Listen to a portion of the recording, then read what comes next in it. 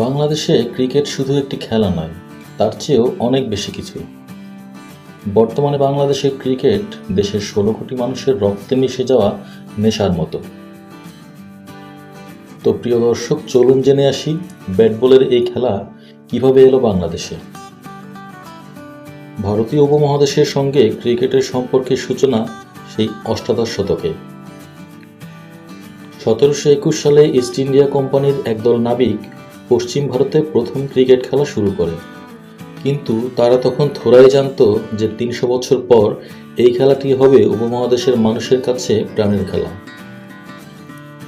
১৯০৯ সালে imperial cricket board গঠনের আগ পর্যন্ত ক্রিকেটের নীতি নির্ধারণী ও দেখভালের দায়িত্বে ছিল মেরিলেবোন ক্রিকেট ক্লাব বা এমসিসি। পাশাপাশি এটি হলো বিশ্বের সবচেয়ে সক্রিয় ক্রিকেট ক্লাব এবং লর্ডস ক্রিকেট গ্রাউন্ডের স্বত্বাধিকারী।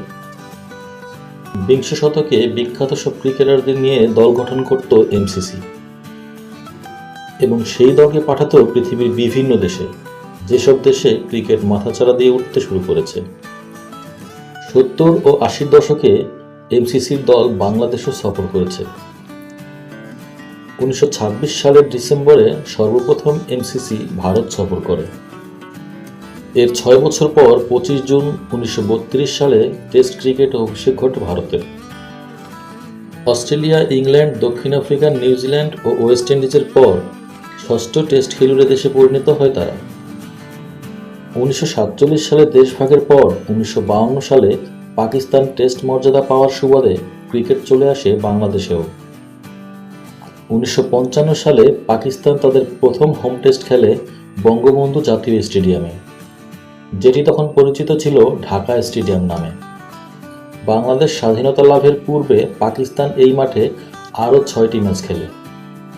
মজার ব্যাপার হলো, বঙ্গবন্ধু স্টেডিয়ামে হলো বিশ্বের একমাত্র মাঠ যেখানে আয়োজিত হয়েছে পাকিস্তান ও বাংলাদেশ দুটি ভিন্ন দেশের প্রথম হোম টেস্ট। ১৯৮১ সালে টেস্ট মর্যাদা পায় উপমহাদেশের আরেকটি দেশ শ্রীলঙ্কা। বিশ্ব ক্রিকেটে বাংলাদেশের উত্থান। বাংলাদেশ ১৯৭৭ সালে আইসিসির সহযোগী সদস্যপদ লাভ করে এবং ১৯৭৯ সালে ইংল্যান্ডে অনুষ্ঠিত আইসিসি ট্রফি দিয়ে আন্তর্জাতিক ক্রিকেটে আত্মপ্রকাশ করে। ১৯৮৬ সালের এশিয়া কাপে বাংলাদেশ সর্বপ্রথম একদিনের আন্তর্জাতিক ম্যাচ খেলে পাকিস্তানের বিপক্ষে। ১৯৯৭ সালের আইসিসি ট্রফি জয়ের মধ্য দিয়ে বাংলাদেশ প্রথমবারের মতো ক্রিকেটের সর্বোচ্চ আসর বিশ্বকাপ খেলার সুযোগ পায়।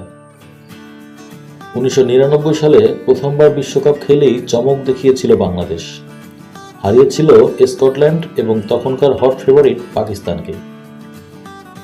২০০০ সালের ১০ই নভেম্বর বঙ্গবন্ধু জাতীয় স্টেডিয়ামে ভারতের বিপক্ষে ম্যাচ দিয়ে টেস্ট মর্যাদা পায় বাংলাদেশ এবং সেই থেকে আশরাফুল, মাশরাফি, সাকিবদের হাত ধরে বাংলার ক্রিকেট আজ পৌঁছে গেছে এক অনন্য উচ্চতায়।